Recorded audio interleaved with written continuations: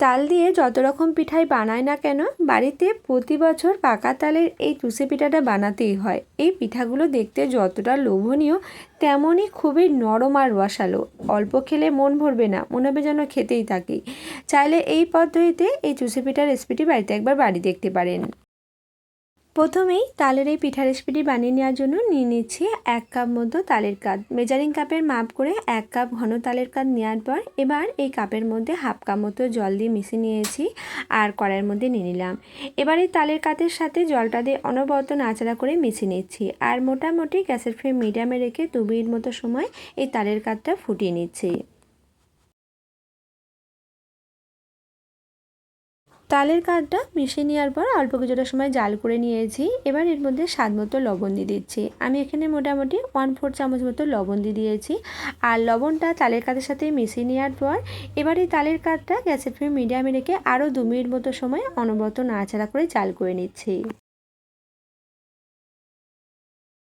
এভাবে করে কিছুক্ষণ সময় তালের কাঠটা নাড়াচাড়া করে জাল করে নিয়েছি। আগের তুলনায় দেখুন বন্ধুরা, তালের কাঠটা কিন্তু অনেকটাই ঘন হয়ে গেছে। এবার এর মধ্যে দিয়ে দিচ্ছি কোয়ানো নারকেল। এখানে মোটামুটি 1/3 কাপ মতো কোয়ানো নারকেল দিয়ে দিয়েছি। কোয়ানো নারকেলটা দিলে এই পিঠাগুলো খেতে কিন্তু দারুণ লাগে, তাই কোয়ানো নারকেলটা দেওয়ার চেষ্টাই করবেন। এবার সব উপকরণগুলো একসাথে মিশিয়ে নিয়ে আরও অল্প কিছুটা সময় এই তালের কাঠটা জাল করে নিচ্ছি।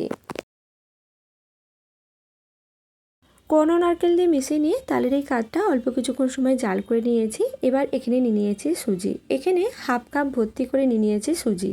সুজিটা দেওয়ার সাথে সাথেই গ্যাসের ফ্লেম লোতে করে দিয়েছি আর সুজিটা অনবরত এই তালের কাঠের মিশ্রণের মধ্যে মিশিয়ে নিচ্ছি। সুজি দেওয়ার পর অনবরত এভাবে করে নাড়াচাড়া করে মিশিয়ে নিয়েছি আর সুজিটা দেওয়ার সাথে সাথেই কিন্তু মিশিয়ে নিতে হবে, নাহলে কিন্তু অনেক সময় দলা বেঁধে যেতে পারে।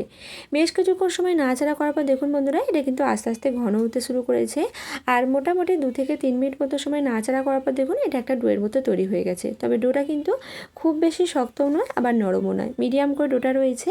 এবার এটা থালার মধ্যে তুলে নিয়েছি আর এটা ঠান্ডা করার জন্য থালার চারপাশে অল্প একটু চাড়িয়ে রেখে দিচ্ছি।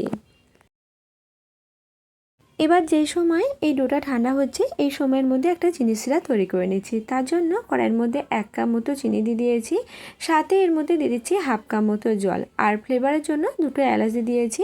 এলাচের মুখগুলো অল্প একটু ফাটিয়ে এর মধ্যে দিয়ে দিয়েছি। এবার গ্যাসের ফ্লেম লোতে রেখে অনবরত এটা নাড়াচাড়া করে নিচ্ছি।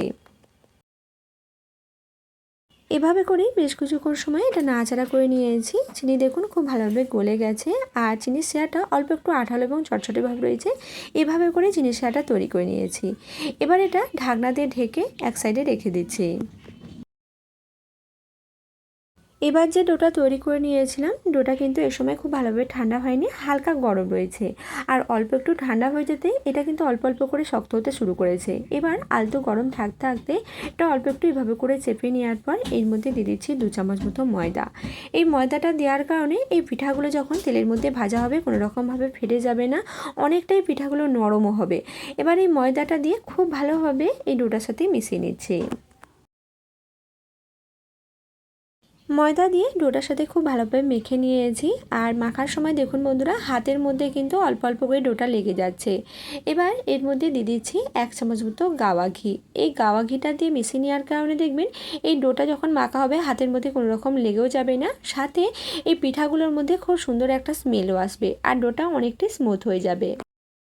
তো এখানে ডোটা মেখে নেওয়ার জন্য আমি এখানে 1 চামচ ঘি ব্যবহার করছি। ঘিটা দিলে পিঠাগুলোর মধ্যে স্মেলটা খুবই ভালো আসে। তো হাতের কাছে ঘি যদি না থাকে সেক্ষেত্রে এখানে সাদা তেল ব্যবহার করবেন, তবে সরিষার তেল ব্যবহার করবেন না, সেক্ষেত্রে পিঠাটা খেতে খুব একটা ভালো লাগবে না। তো ঘিটা দিয়ে মিশিয়ে নিয়েছি আর ডোটা মাখার সময় দেখুন বন্ধুরা, হাতের মধ্যে কিন্তু কোনো রকম আর লেগে যাচ্ছে না। এবার হাতটা পরিষ্কার করে ধুয়ে নেওয়ার পর হাতের মধ্যে অল্প পরিমাণে সাদা তেল লাগিয়ে নিলাম। এবার এখান থেকে পরিমাণ মতো ডো নিয়ে অল্প একটু লম্বাটে করে নিচ্ছি। ডোটা দেখুন এভাবে করে অল্প একটু লম্বাটে করে পাকিয়ে নিলাম। এবার এখান থেকে ছোট ছোট টুকরো করে কেটে নিচ্ছি আর এভাবে করে ছোট ছোট টুকরো করে কেটে নিলে পিঠাগুলো বানাতে কিন্তু খুবই সুবিধা হয়। তো এখান থেকে দেখুন বেশ কয়েকটা টুকরো কেটে নিয়েছি। এবার এক টুকরো হাতের মধ্যে নিয়ে প্রথমে অল্প একটু গোল করে নিয়ে দুপাশটা হালকা করে চেপে নিয়ে এভাবে করে পিঠা শেপে তৈরি করে নিচ্ছি। আর এই চুষি পিঠাগুলো খুবই সহজে কিন্তু তৈরি করে নেওয়া যায়, অল্প সময় কিন্তু এগুলো তাড়াতাড়ি তৈরি করা হয়ে যায়। একইভাবে বাকি যে ডোটা রয়েছে তা থেকে সবগুলো ছোট ছোট করে টুকরো করে নেওয়ার পর এগুলো চুষি পিঠার আকারে তৈরি করে নিচ্ছি। আর এগুলো তৈরি করে নেওয়ার পর এখানে দেখুন বন্ধুরা একটা থালার মধ্যে অল্প পরিমাণে ময়দা ছড়িয়ে দিয়েছি। ময়দা ছড়িয়ে দিয়ে এগুলো একটা একটা করে তৈরি করে রেখে দিচ্ছি। এভাবে করে অল্প অল্প পরিমাণে ময়দা ছড়িয়ে রাখলে এগুলো একে অপরের সাথে লেগে যায় না, অনেকগুলোই কিন্তু তৈরি করে একসাথে রাখা যায়। আর একইভাবে দেখুন বন্ধুরা বাকি যে ডোটা ছিল সবগুলো তৈরি করে নিয়েছি। এবার এগুলো ভেজে নেব। ভেজে নেওয়ার জন্য কড়াইয়ের মধ্যে বেশ কিছুটা পরিমাণে সাদা তেল গরম করে নিয়েছি। আর তেলটা কিন্তু প্রথমে মিডিয়াম হাই করে গরম করে নিয়েছি। তারপর গ্যাসের ফ্লেম লো টু মিডিয়ামে করে একটা একটা করে বেশ কয়েকটা গরম তেলের মধ্যে এই চুষি পিঠাগুলো দিয়ে দিচ্ছি। গরম তেলের মধ্যে অল্প অল্প করে বেশ কিছু চুষি পিঠা দিয়ে দিয়েছি। এবার গ্যাসের ফ্লেম যেহেতু লো টু মিডিয়ামে রয়েছে, গ্যাসের ফ্লেম লো টু মিডিয়ামে রেখেই এভাবে করে বেশ কিছুক্ষণ সময় এগুলো অনবরত নাড়াচাড়া করে নিচ্ছি। আর এই পিঠাগুলো কিন্তু খুব বেশি লাল করে ভেজে নেওয়ার কোনো প্রয়োজন নেই। মোটামুটি 2 মিনিট মতো সময় অনবরত নাড়াচাড়া করে ভেজে নেওয়ার পর দেখুন বন্ধুরা আস্তে আস্তে কিন্তু এর মধ্যে খুব সুন্দর একটা হালকা লালচে কালার আসতে শুরু করেছে। আর পিঠাগুলো কিন্তু একদম কোনোরকমভাবে ভেঙেও যায়নি, একদম গোটা গোটা রয়েছে। এবার এগুলো হালকা লাল করে ভেজে নেওয়ার পর এবার তেল থেকে ছেঁকে তুলে নিচ্ছি। একইভাবে বাকি সব পিঠাগুলো গরম তেলের মধ্যে দিয়ে দিয়েছি। আর বেশ কিছুক্ষণ সময় অনবরত নাড়াচাড়া করে হালকা লাল করে ভেজে নেওয়ার পর তেল থেকে ছেঁকে তুলে নিচ্ছি আর একটা থালার মধ্যে এগুলো রেখে দিচ্ছি। একইভাবে সব পিঠাগুলো ভেজে নিয়েছি। আর এই পিঠাগুলো ভেজে নিতে কিন্তু খুব বেশিক্ষণ সময় লাগে না। পিঠাগুলো ভেজে নেওয়ার পর এই পিঠাগুলো হালকা গরম থাকতে থাকতে আগে থেকে যে চিনির শিরাটা তৈরি করে নিয়েছিলাম চিনির শিরার মধ্যে এগুলো দিয়ে দিচ্ছি। এবারে পিঠাগুলো চিনির শিরাটার মধ্যে মিশিয়ে নিচ্ছি। আর পিঠাগুলো তৈরি করে নেওয়ার সময় এই চিনির শিরাটা কিন্তু অনেকটাই ঠান্ডা হয়ে গেছিলো, যার জন্য চিনির শিরাটা হালকা করে গরম করে নিয়েছি। হালকা গরম চিনির শিরার মধ্যে এই পিঠাগুলো অল্প গরম থাকতে থাকতে দিয়ে দিলে খুব তাড়াতাড়ি কিন্তু রসটা পিঠাগুলোর মধ্যে ঢুকে যায়। তো এটা মিশিয়ে নেওয়ার পর এবার ঢাকনা দিয়ে ঢেকে দিচ্ছি আর মোটামুটি 10 মিনিট মতো সময় এভাবেই রেখে দিচ্ছি। চিনি শিরার মধ্যে পিঠাগুলো মিশিয়ে নিয়ে মোটামুটি 10 মিনিট মতো সময় রেখে দিয়েছিলাম। এই সময়ের মধ্যেই দেখুন বন্ধুরা পিঠাগুলো কতটা রসালো হয়ে গেছে, দেখতে কতটা লোভনীয় লাগছে। আপনাদের হাতে সময় থাকলে সেক্ষেত্রে 30 থেকে 40 মিনিট মতো সময় কিন্তু ভিজিয়ে রাখতে পারেন।